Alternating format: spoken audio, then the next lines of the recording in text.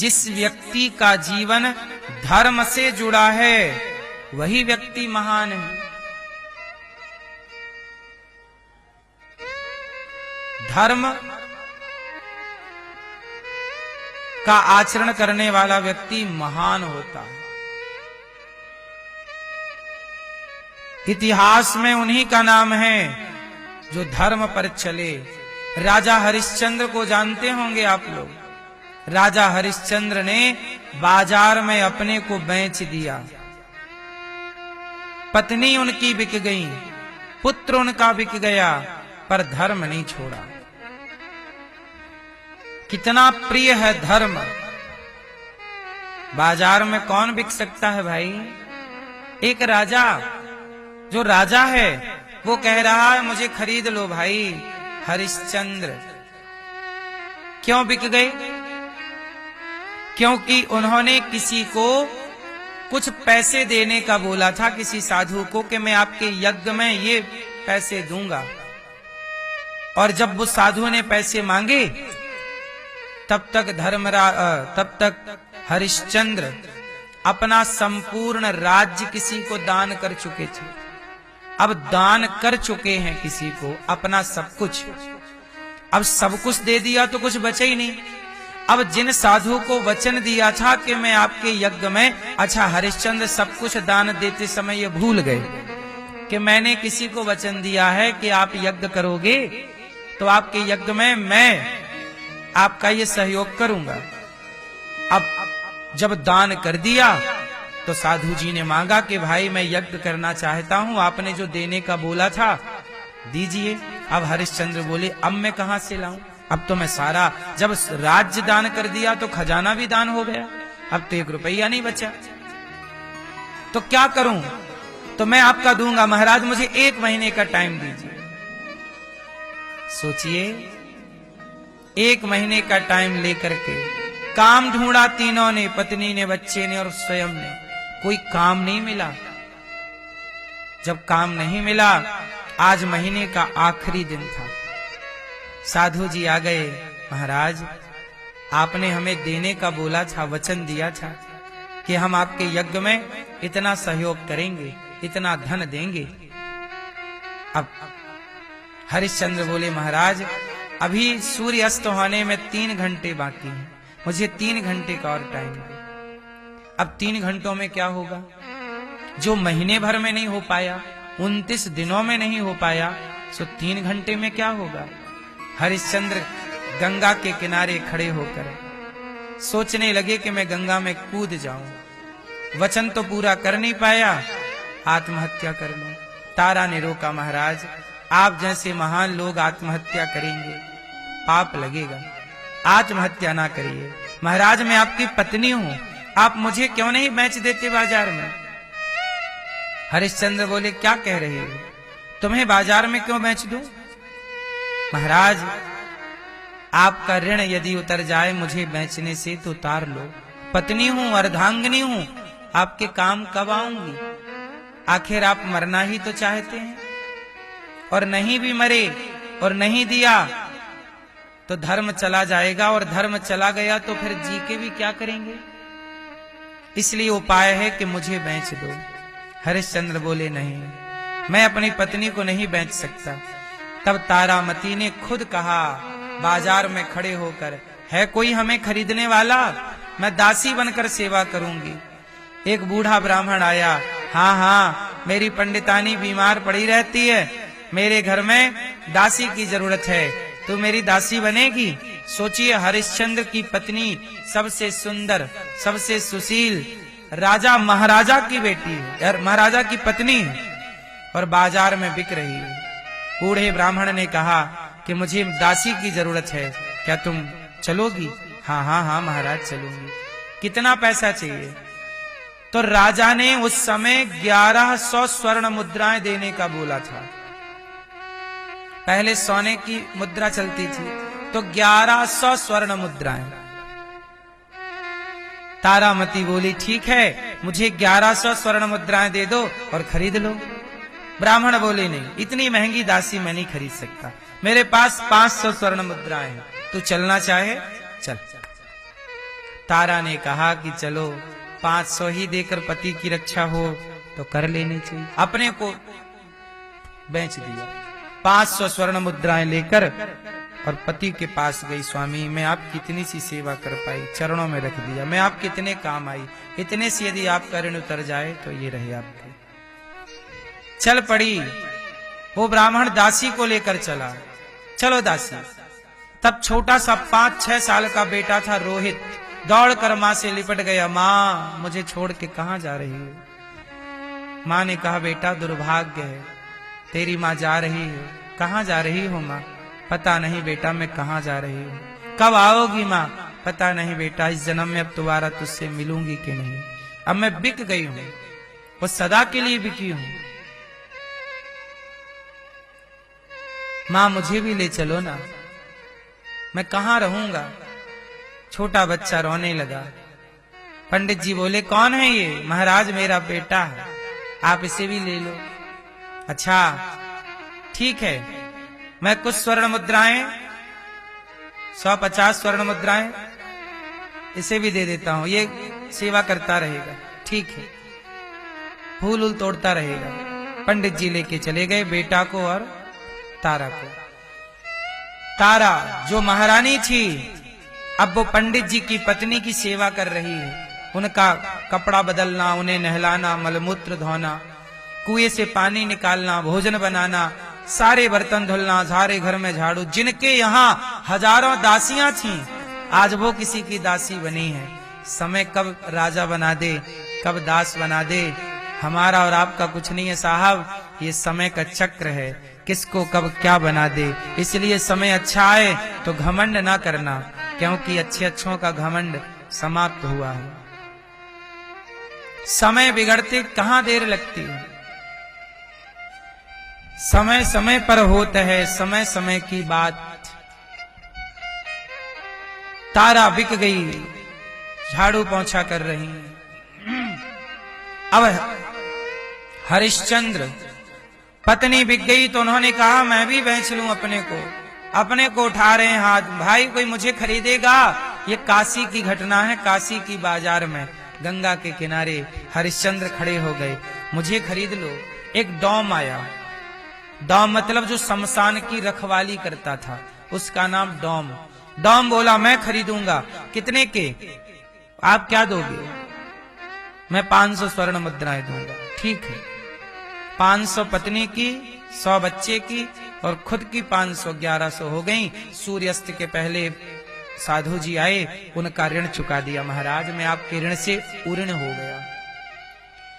आजकल तो आदमी पैसा खा के भाग जाता है।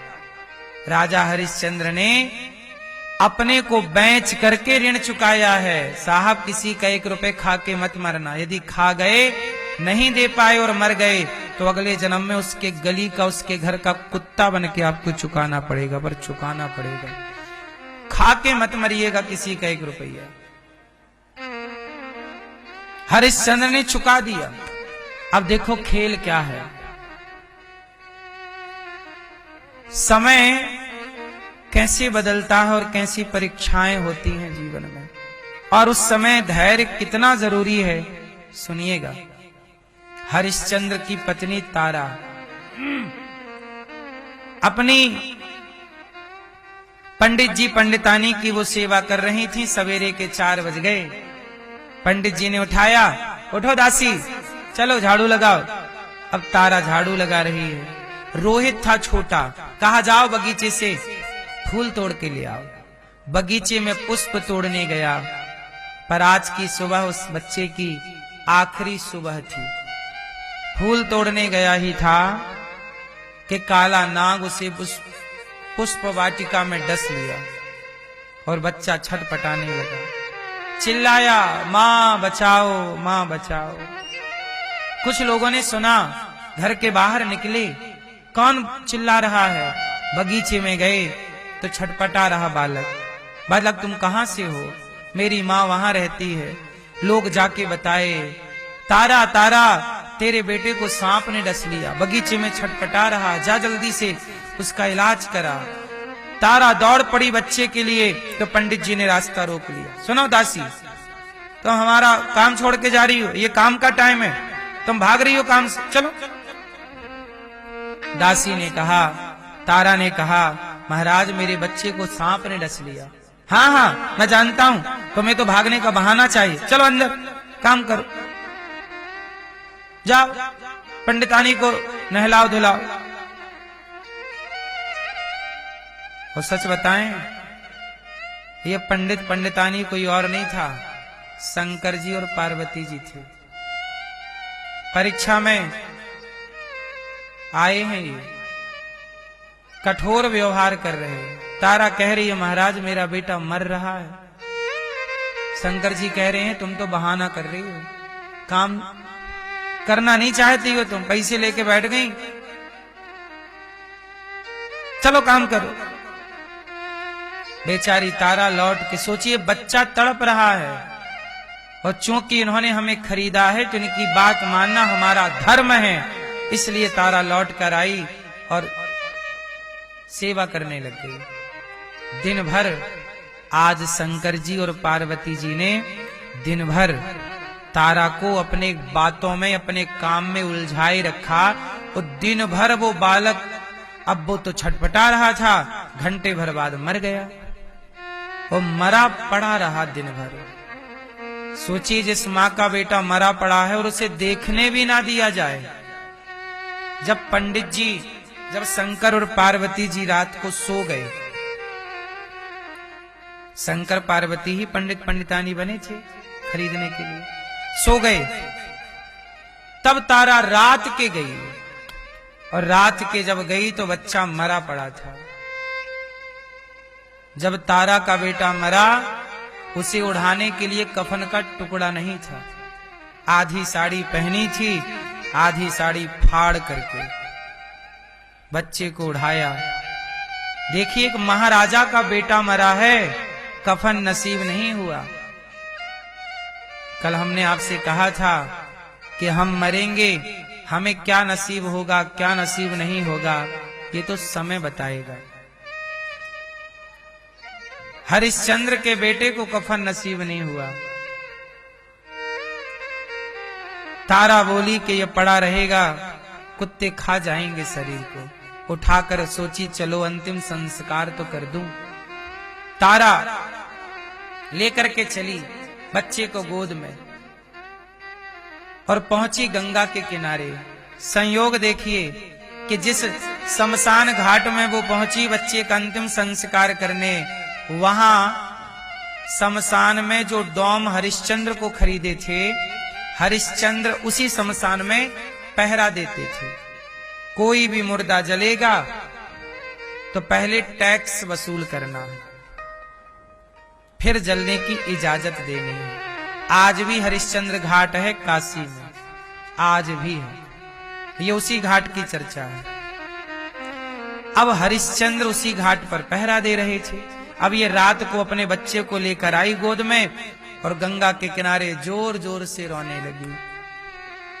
मोहल्ले में, वहां गांव में रोती तो लोग जाग जाते, कहीं पंडित जी जाग ना जाएं, कहीं बुला ना लें, तो गंगा के किनारे रो रही है। हे गंगा मैया,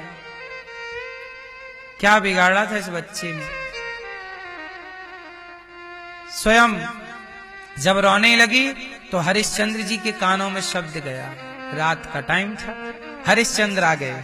अब देखो हरिश्चंद्र आ गए, लेकिन दोनों ने एक दूसरे को पहचाना नहीं, क्योंकि रात थी और ये घटना भी बिछड़ने के कई महीने बाद की है। तारा को पता ही नहीं कि मेरे पति कहां हैं, और हरिश्चंद्र को भी पता नहीं कि मेरी पत्नी कहां है। ऐसे बिछड़ गए, पर संयोग देखो फिर मिल गए, पर मिले पहचाने नहीं। तारा रो रही है, हरिश्चंद्र बोले देवी क्या हुआ? भैया महाराज मेरा बेटा मर गया। क्या हुआ? सांप ने डस लिया। हरिश्चंद्र समझाने लगे ये तो विधि का विधान है, मृत्यु तो आती है, हम सबको एक ना एक दिन मरना पड़ता है। आज ये बच्चा गया, कल आप जाओगी, एक दिन बाद हम भी जाएंगे।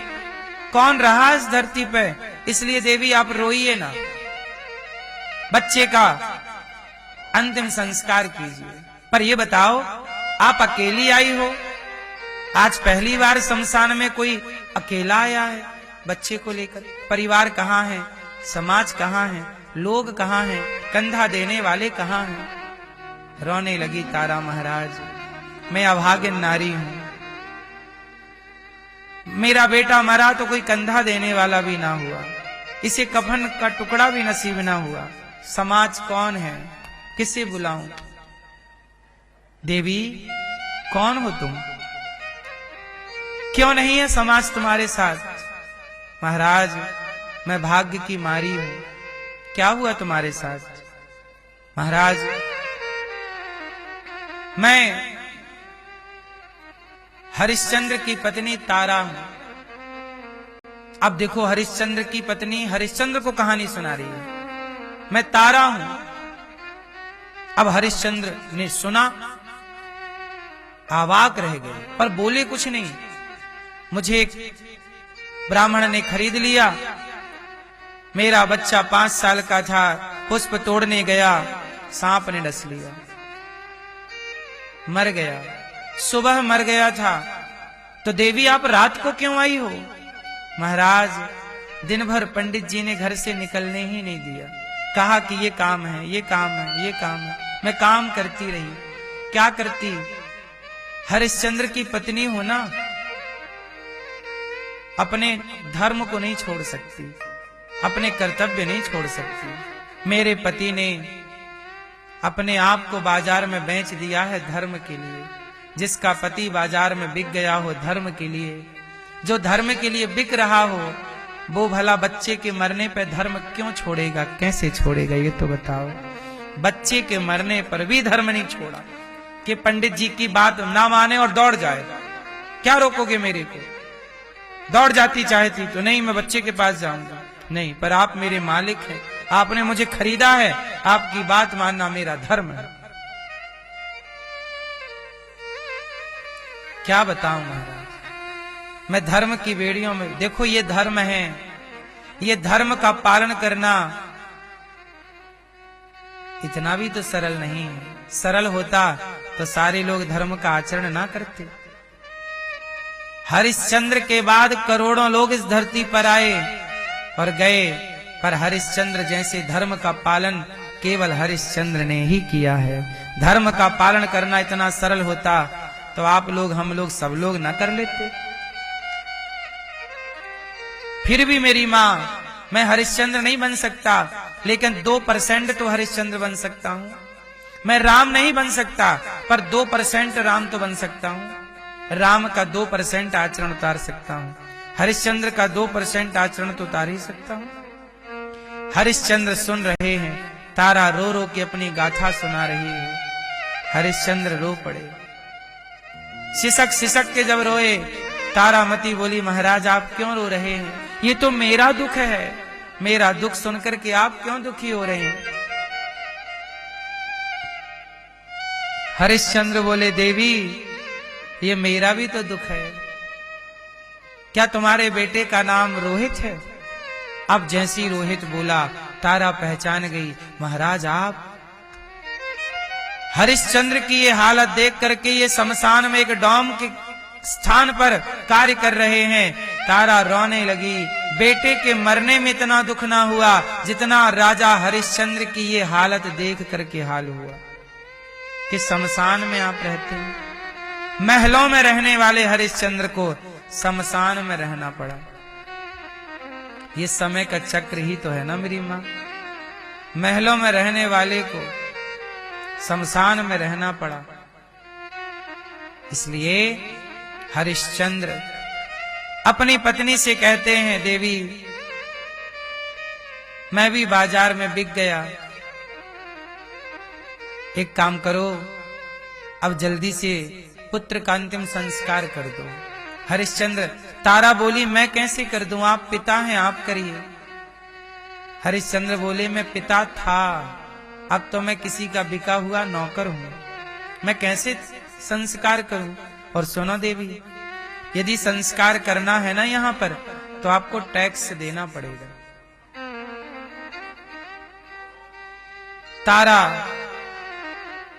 तारा बोली, मैं टैक्स कैसे दूं? बोले जाओ अपने मालिक से 1 स्वर्ण मुद्रा लेके आओ। यहां जलाने का टैक्स है 1 स्वर्ण मुद्रा। 1 स्वर्ण मुद्रा दोगे तो बच्चे को, सोचिए बाप कह रहा कि बेटे को जलाने का टैक्स, क्योंकि वो मालिक के वचनों पर चल रहा है। तो आजकल तो देखो हमारे देश में सामान्य व्यक्ति के लिए नियम होते हैं, पर जो बड़े पद प्रतिष्ठा में उनके लिए कोई नियम नहीं होता। लेकिन यहां पर देखिए कि हरिश्चंद्र की अदालत में सबके लिए, अपनी पत्नी के लिए भी वही नियम जो एक सामान्य नागरिक के लिए नियम है। ये न्याय है। जहां का न्याय मजबूत है, एक साथ, वहां न्याय है तो वहां धर्म है। अधर्म इसलिए है क्योंकि न्याय हमारे देश में देखिए ना, अमीरों का न्याय अलग है और गरीबों का न्याय अलग है। हमारे भारत का न्याय, बलात्कारी बलात्कार करे तो जेल में बिठा करके उसे बढ़िया खिलाते पिलाते हैं, चौराहे पे खड़ा करके फांसी देते तो बलात्कार दोबारा करने की सोचता ना कोई। चोरी करने वाले छूट जाते हैं 1000-2000 देकर, बोलो हाँ, हाथ काट दिए जाते तो दोबारा चोरी करने का कोई सोचता भी नहीं। हमारे यहां का जो न्याय विधान है, 20-20 साल लग जाते हैं, लोगों को न्याय नहीं मिलता, बोलो हाँ। जहां न्याय ही ना मिले वहां किससे क्या उम्मीद करेंगे आप? न्याय करने वाला ही पैसों में बिक जाता है। पैसे लेकर के किसी के भी पक्ष में न्याय हो सकता है। किससे उम्मीद है? ये तो अन्याय है। पर हरिश्चंद्र की अदालत में न्याय था। पत्नी से कहा कि टैक्स लाओ। पत्नी बोली कि मैं कहां से लाऊं, मैं तो भिक्षुकी हूं, कुछ नहीं है। तो बोले एक काम करो, फिर अपने बेटे को गंगा जी में डाल दो।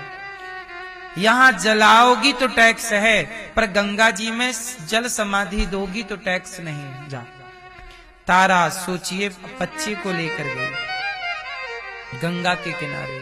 राजा हरिश्चंद्र की नारी गंगा में रोए रही है, रो रही है। हे विधाता, किसने सोचा था कभी कि ये दिन देखने पड़ेंगे? तब तक थोड़ा सुबह हो गई, और जैसे ही सुबह हुई ना, तो पंडित जी, गांव के लोग दौड़े दौड़े आए, पकड़ो पकड़ो पकड़ो। क्या पकड़ो? बोले गांव में चोरी हो गई है, और चोरी करने वाली कोई महिला है। सबने देखा कि वो गंगा के किनारे बैठी है, वो लगता है पार होना चाहती है, वही चोर है। लो भैया, तारा को पकड़ लिया गांव के लोगों ने। बोले तुमने चोरी की है गांव में, आज गांव में चोरी हुई है। और चोरी किसके यहां हुई?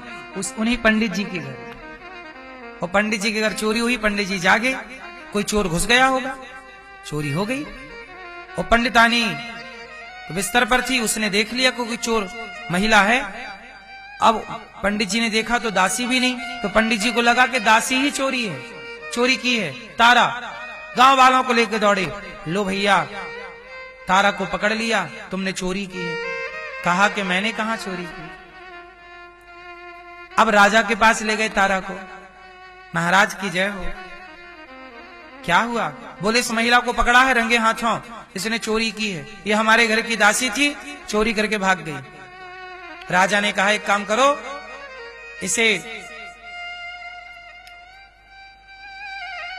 रथ पर बिठाओ और बांध दो इसे, और पूरे गांव में घुमाओ। और गांव में घुमा के ले जाके शमशान में डोम से कहना किसकी गर्दन काट दो। अब राजा का डोम, वही डोम जो हरिश्चंद्र को खरीदा था, उसी को आदेश मिला किसका सिर काटना है। और पहले गांव में घुमाओ। हरिश्चंद्र की पत्नी को गांव में घुमाए, किसने चोरी की।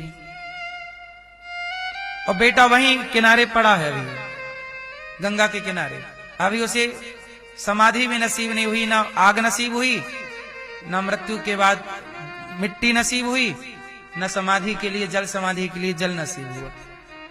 पकड़ के घुमाए और ले गए उसी शमशान में जहां हरिश्चंद्र थे। तो डोम ने हरिश्चंद्र को आदेश दिया कि इस महिला ने, अब हरिश्चंद्र ने देखा कि पकड़ के क्या कर रहे हैं, बोले मार रहे हैं, पीट रहे हैं लोग, और हरिश्चंद्र के पास लाए, बोले इस महिला का सिर काट दो।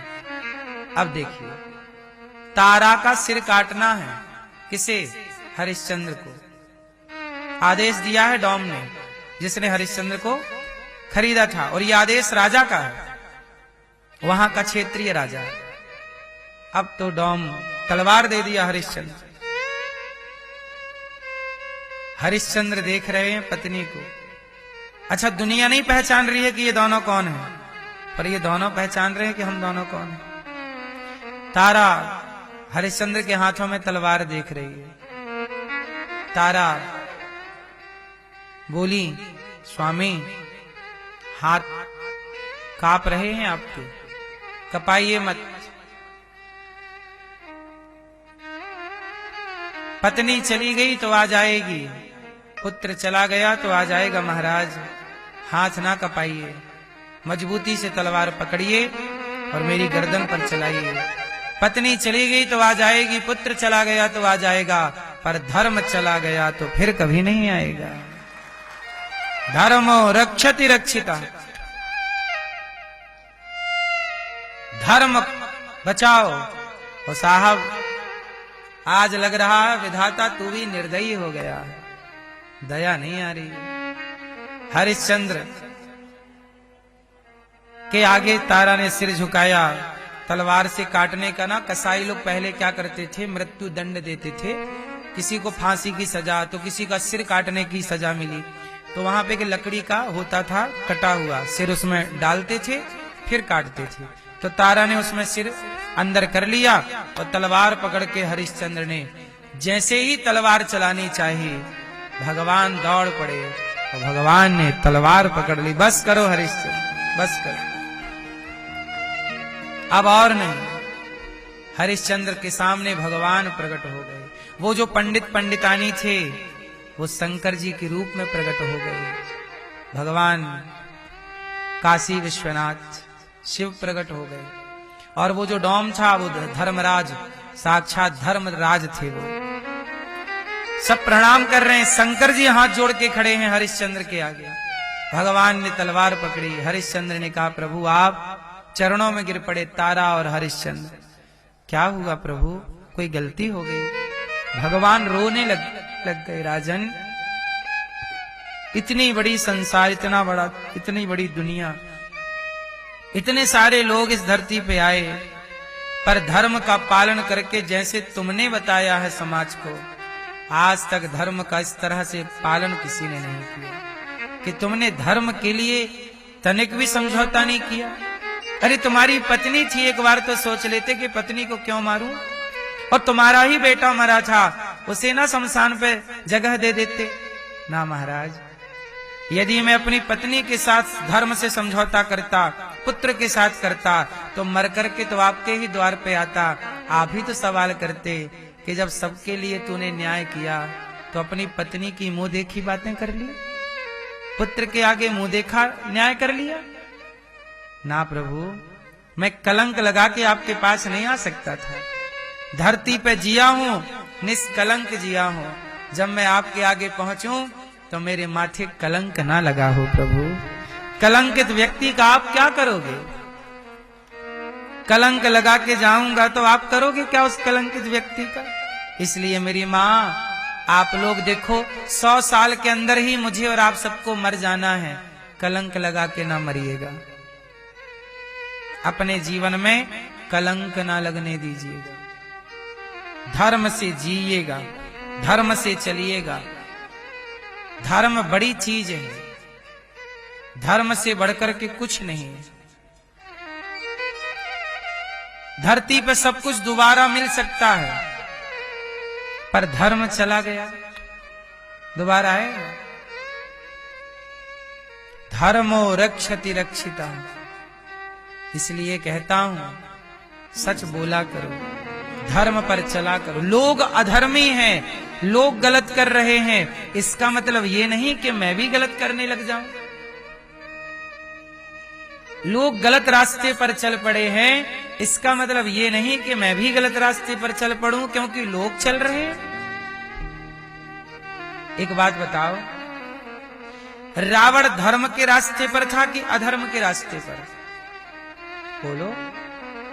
रावण जब अधर्म के रास्ते पर था तो राम भी सोचते कि रावण भी अधर्म करता है तो मैं भी करूंगा? नहीं, जो रावण ने किया वो राम ने नहीं किया। जो रावण करता वही राम करते, तो राम में और रावण में अंतर क्या रहता? इसलिए कोई कुछ भी कर रहा हो पर आप धर्म कीजिए, धर्म पर चलिए, धर्म ना जाने दीजिए। धर्म गया तो फिर क्या बचा?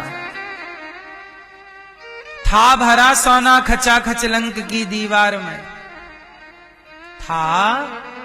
था भरा सोना खचाखच लंक की दीवार में, एक रत्ती नहीं मिला रावण को मरती बार में। जाने न देना धर्म, करना लोभ मत धन धाम का, और धर्म ही जाता रहा तो धन रहा किस काम का? धर्म चला गया तो धन बचा के करोगे क्या? इसलिए धर्म बचाओ, धन नहीं। धर्म रहेगा तो धन फिर आ जाएगा, और धन रहा और धर्म चला गया तो धन से धर्म ना खरीद पाओगे। हाँ या ना? सीता माता को रावण ने चुराया, लंका में रखा, लालच दिया कि सोने की लंका की रानी बनाऊंगा।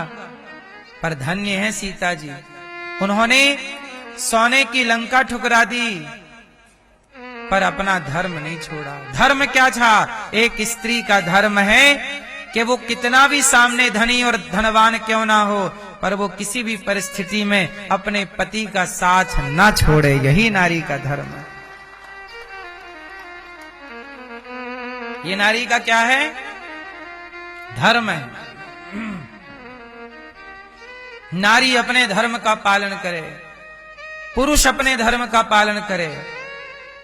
पुरुष कभी अपनी पत्नी को ना छोड़े। जैसे